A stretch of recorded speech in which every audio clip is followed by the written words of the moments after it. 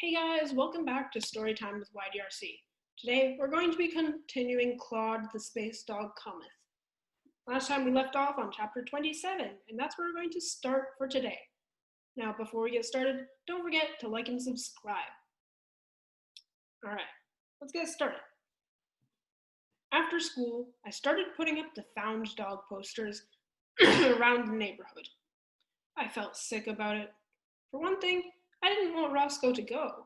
For another, I was worried. What if Roscoe's owners weren't good people? They'd obviously done a terrible job of keeping him from getting loose.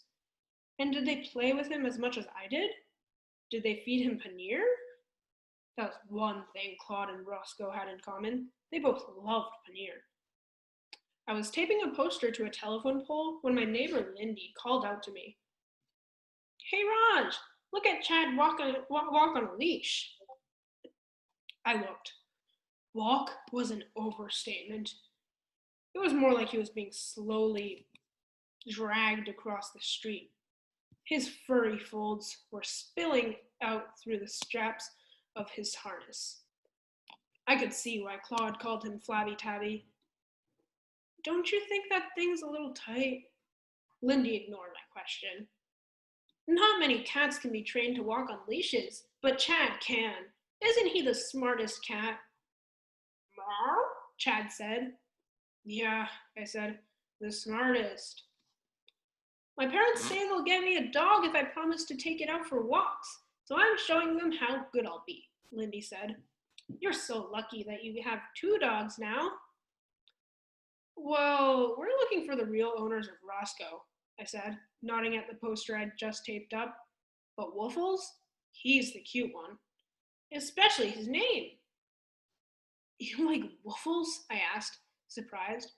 "Well, you can have him. Haji is only fostering him. He's up for adoption." "Really?" Lindy said, her eyes going wide. "That's awesome. I'll talk to her at dinner." "What dinner?" "Your birthday party, silly," she said. "Both of us are going." "Both of who?"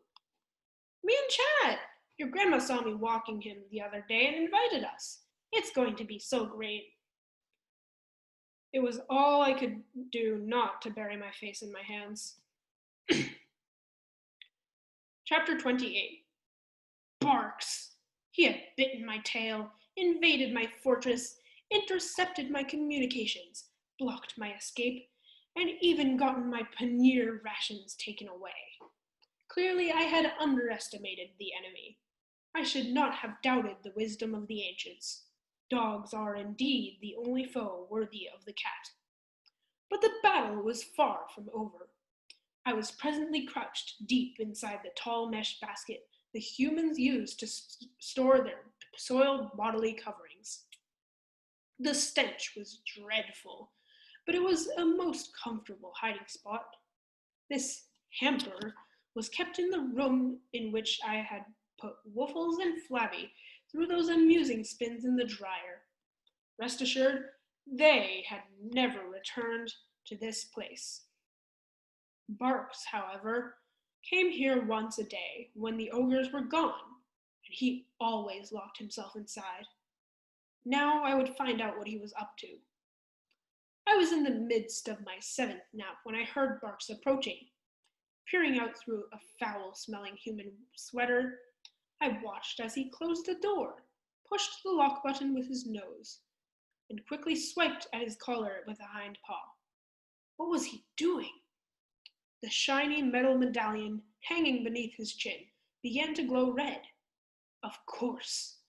I should have known the canine's collar was not like the primitive strangulation devices employed by humans. My fur stood on end as the hologram of a space dog flickered into view. This one was small, with brown and white fur and extremely long, drooping ears. Like a human, it wore an ugly yet intricate body covering. "Greetings, Comrade Muffy," Barks said. "Comrade Barks, reporting in." "Yes, I can see that," the hollow dog said curtly. "So tell me, is the criminal cat in your custody yet?" "Well, not yet," Bark said, but my intelligence gathering operation is going really well. Barks's tail began to wag slightly. The hollow dog frowned. Might I remind you that this is not your mission? Barks's tail stilled itself. But I'm the first canine to make contact with one of our long-lost cousins in thousands of years. The earth dog known as Woofles, you mean? The hollow dog asked. Has this relationship begun to yield useful information? Well, I still can't understand anything he's saying, but I really like him. Oh, and he did show me this amazing water fountain. Barks began wagging his tail again. The humans remain ignorant of your true identity, I trust. Yes, of course. Have I mentioned how wonderful they are? Barks said. I love everything about them. I had to choke back several hairballs as the fool went on to praise every last thing the ogres did. Earth does indeed sound like the paradise our foremothers told us it would be, said the hologram. I understand your desire to linger, but when will you bring the feline to justice? Soon, I promise, Comrade Muffy. I only wished I didn't have to leave Claude's human. I really do love that kid. The hologram flickered. The feline has a human? Yes, most excellent boy named Raj. This complicates matters, the hologram said. What do you mean? The master clause does not apply only to dogs, Muffy said. This ancient rule states that if any four-legged being accepts the hospitality of a human for a prolonged period or engages in significant interspecies playtime, the human becomes his or her master. So is this Raj indeed Wizka's master? I guess so. How ridiculous.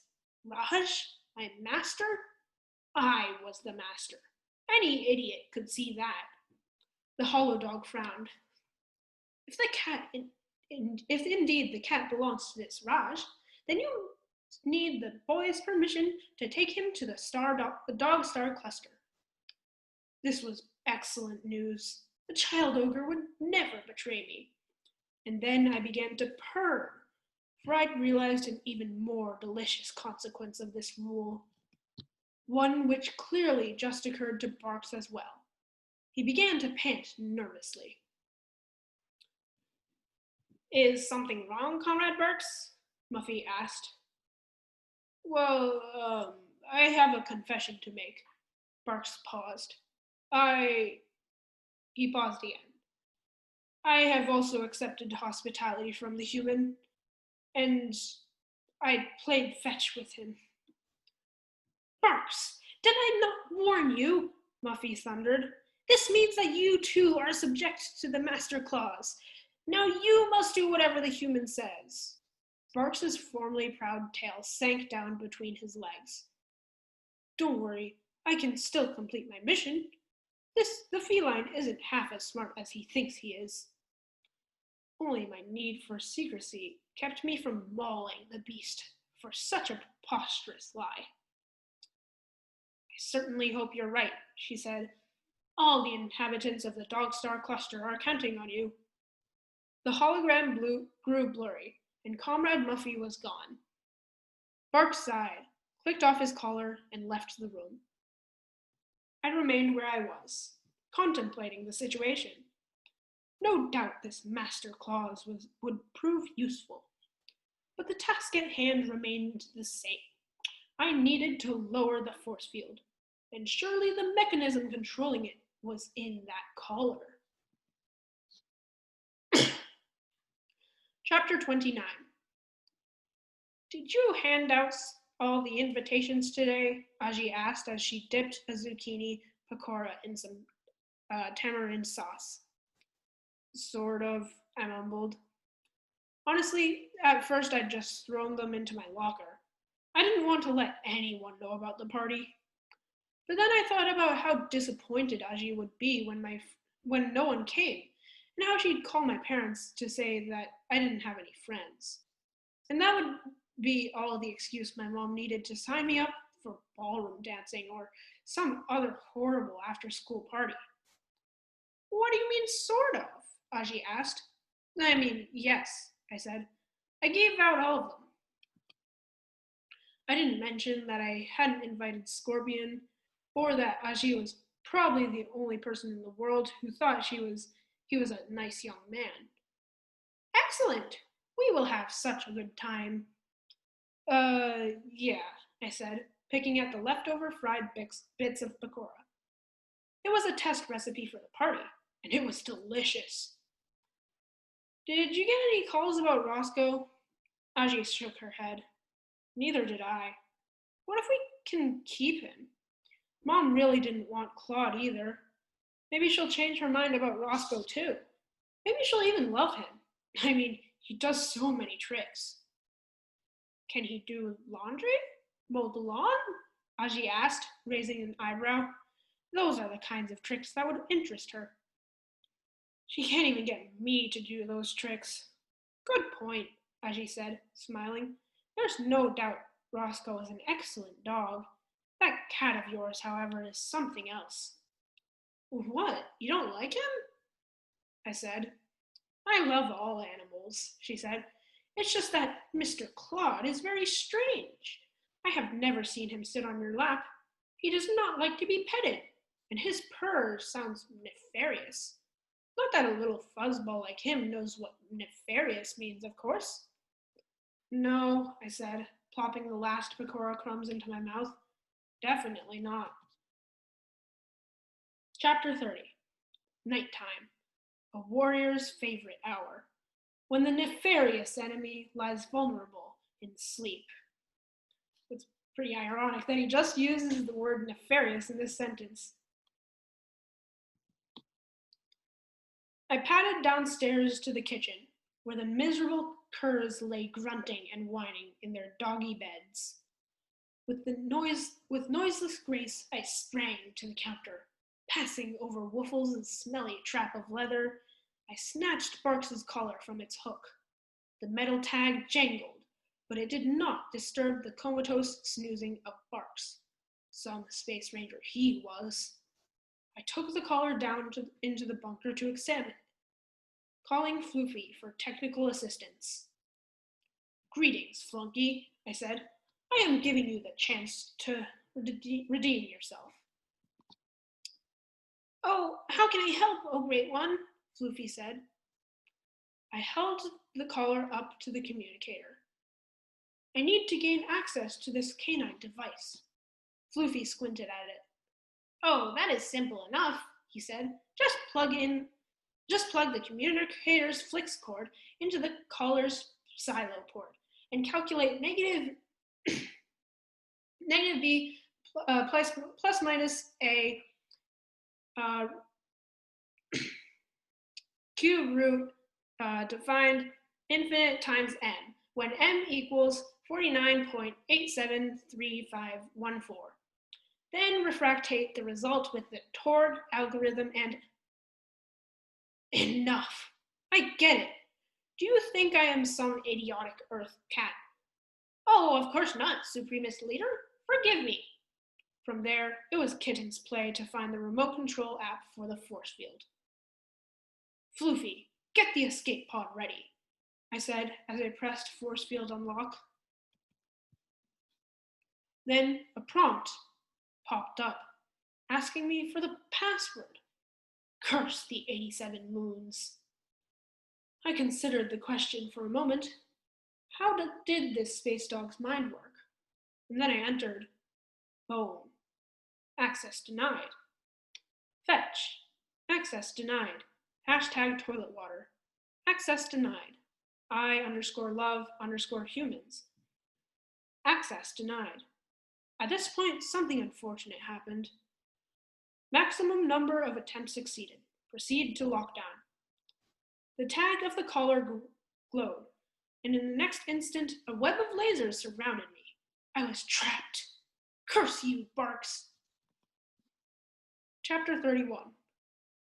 I woke up really late on Tuesday morning.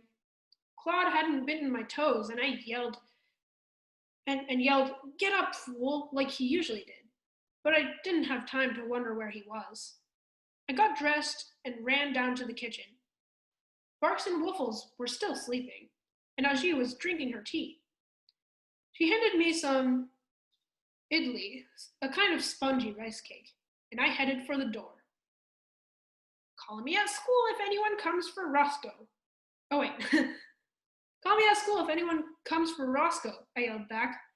"Don't let him go before I said goodbye." "Of course, dear," Ajee said. "Have a wonderful day." In homeroom, our remote teacher, Miss Emmy Jo, flickered onto the smart screen the second the bell rang.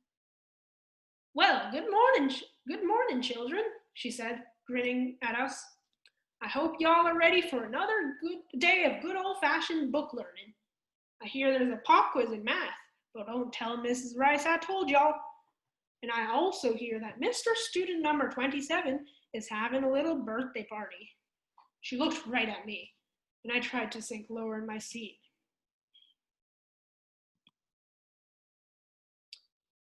"I sure am sorry I can't make it, but it just isn't possible for me to get on a big old plane and fly a couple thousand miles to eat dinner with y'all." She glanced down at a piece of paper and then back up at me.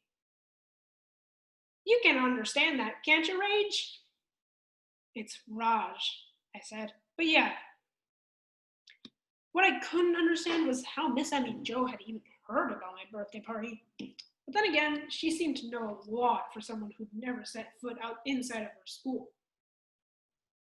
I wondered if Scorpion and Newt had heard about the party too, because that was the last thing I needed. As I hurried down to the hall to English class, though, I realized I had no reason to worry. Even if they did hear about it, there was no way they'd ever show up. Chapter 32. The humans had left long before I heard the sound I'd been dreading. The click, click, click of Barks's clumsy canine nails. "Well, gosh golly, what have we here?" the mutt asked, inspecting my prison. "Gee, Klawde, I have to thank you for doing my work for me. That really was too easy." "This is an outrage," I spat. "Nope, it's a trap," Bark said. I could hear the smug pride in his voice. Oh, if I could only get my claws on him. "Whiskers, I hereby arrest you for crimes against dog kind. You know your rights, because I read them to you already. Well, the important ones anyway. I will now transport you to the High Canine Court, where you will..." "Sit," I roared. His tail side dropped to the floor. "Dang," Bark said. "Stop doing that. Now, where was I? Oh, right. Prepare yourself a journey to the Dog Star Cluster. As I said, it's lovely this time of year." "Ah, Barks," I said with a twitch of my whiskers. "Aren't you forgetting something?" I begged at breakfast. I barked at a school. I peed the perimeter of the yard. Nope, I think I got it all covered. But what of the master claws?" Barks's tail went down, and he pinned his ears back. "How do you know about that?" he said. "In matters of espionage, the feline will always be your superior." He growled. Barks looked ready to attack, lasers or no. But after a moment, he calmed himself. "Klawde, you leave me no choice," he said, thrusting his snout into the air. "I must reveal my true identity to Raj. Then he will give me his permission to take you to the doghouse." My tail puffed in shock. "But you are under orders not to reveal your identity." "Unless there is no other choice," he said, "and you're not leaving me any." "If you tell the boy ogre who you are, then I will tell them he has to send you home," I declared. "He is your master now, so you must do whatever he commands." "It doesn't matter. I have faith in the humans, and in Raj most of all." Barks pressed a button on his collar. "You're free to go, for now. I know Raj will slide with me." will side with me once I appeal to his sense of right and wrong. I groomed my whiskers, disguising my growing alarm. Appeal to his sense of right and wrong? How could I combat something I could not even begin to understand? Chapter 33. Aji picked me up after school because it had started to rain really hard. I was happy for the ride until she told me that we weren't going home. Instead, we went to Vija's, an Indian grocery 45 minutes away in St. Helena. And again, sorry if I'm pronouncing anything wrong. She browsed every aisle twice, made 5 new friends, and bought enough groceries to fill the entire back seat of the Prius. By the time we got back to the house, it was nearly dark. I walked inside carrying 2 shopping bags in each hand. Before I was even through the door, Roscoe practically knocked me over. He had the leash in his mouth, and his tail was wagging wildly. You look like you need a walk, huh, boy? Go ahead and take him, Aji said.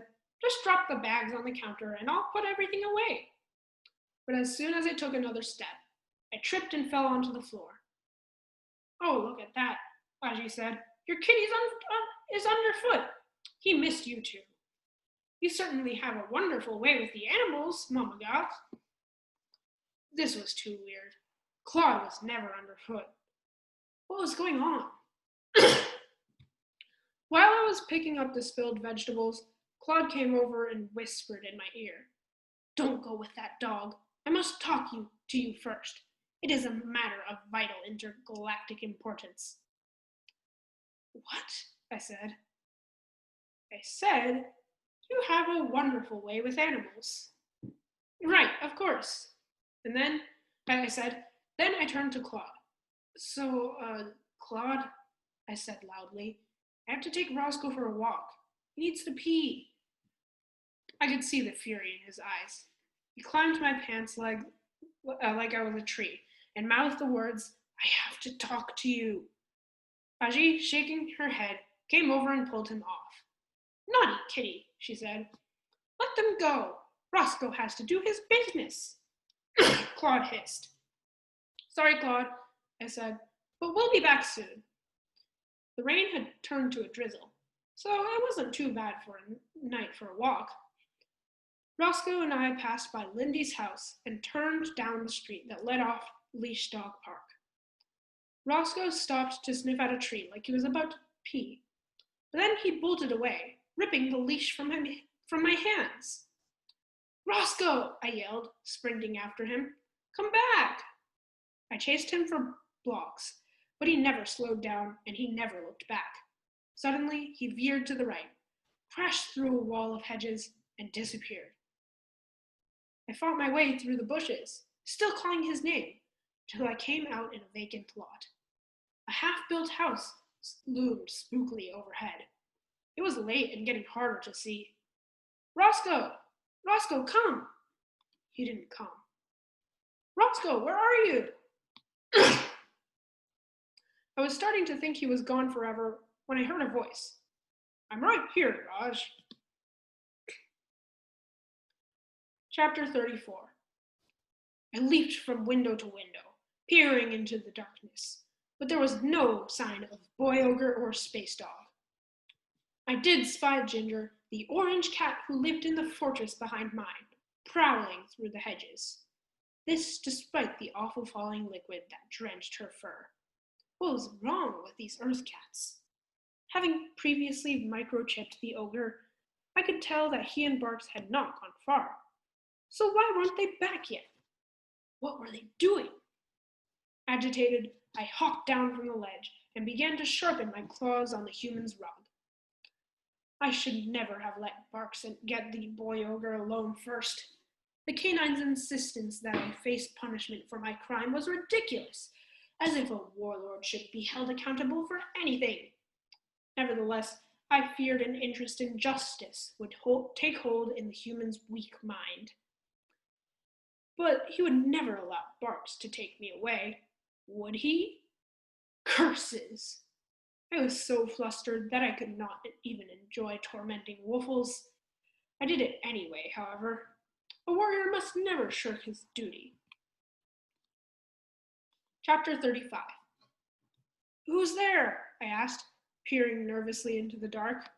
Slowly, from out of the shadows, stepped Roscoe. It's me, Raj. My jaw dropped. Roscoe, you can speak?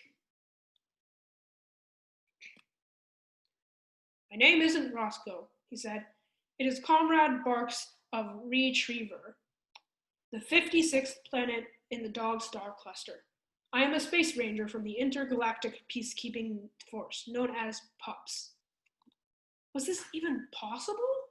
First an alien cat, and now a talking space dog? I think I have to sit down.